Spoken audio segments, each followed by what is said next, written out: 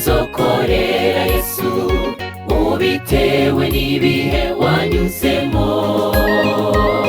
usezerana kuzomukorera ubonye ibitangaza gukoreye.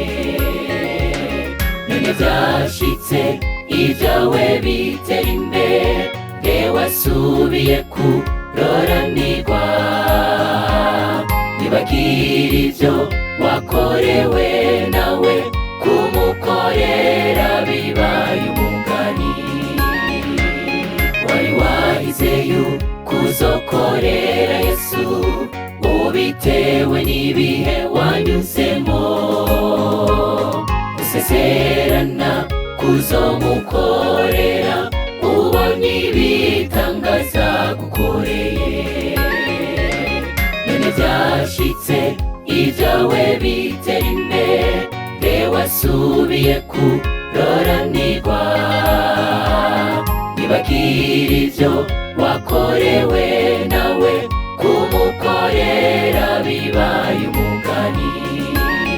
Urindiriye wari warazidakira, canke ugendere ku kabando, ugeze mu zabukuru utakibasha kugira inkomezi nk'izo hambere. Hanyuma uheze wiyumvire ko ukwiriye gukorera umukiza, kandi ico gihe uzobona ko watakaje amahirwe yo kumukorera. Urindiriye wari warazidakira, canke ugendere ku kabando, ugeze mu zabukuru utakibasha kugira inkomezi nk'izo hambere. Hanyuma uheze wiyumvire ko ukwiriye gukorera umukiza, kandi ico gihe uzobona ko watakaje amahirwe yo kumukorera.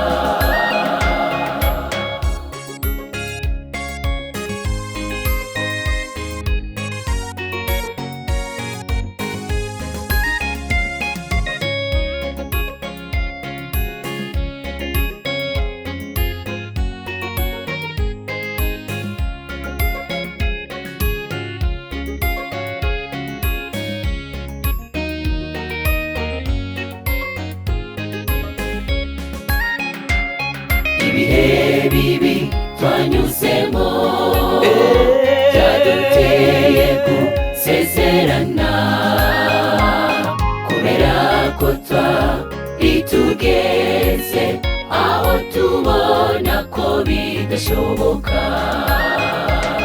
Imana iradufasha tubisohoka amahoro kubwo kurindwa. Hari hageze umwanya wo gushimira Uhoraho kubyo yadukoreye. Ibihe bibi twanyuzemo byaduteye gusezerana, kubera ko twari tugeze aho tubona ko bidashoboka. Imana iradufasha tubisohoka amahoro kubwo kurindwa. Hari hageze umwanya wo gushimira Uhoraho kubyo yadukoreye. Urindiriye wari warazidakira, canke ugendere ku kabando, ugeze mu zabukuru utakibasha kugira inkomezi nk'izo hambere. Hanyuma uheze wiyumvire ko ukwiriye gukorera umukiza, kandi ico gihe uzobona ko watakaje amahirwe yo kumukorera. Urindiriye iyo rwari warazidakira canke ugendere ku kabando, ugeze mu zabukuru utakibasha kugira inkomezi nk'izo hambere. Hanyuma uheze wiyumvire ko ukwiriye gukorera umukiza, kandi ico gihe uzobona ko watakaje amahirwe yo kumukorera.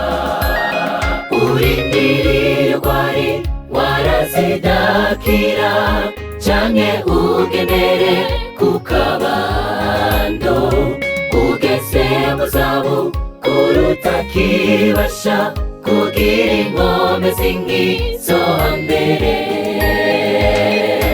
Hanyuma uheze wiyumvire ko ukwiriye gukorera umukiza, kandi ico gihe uzobona ko watakaje amahirwe yo kumukorera.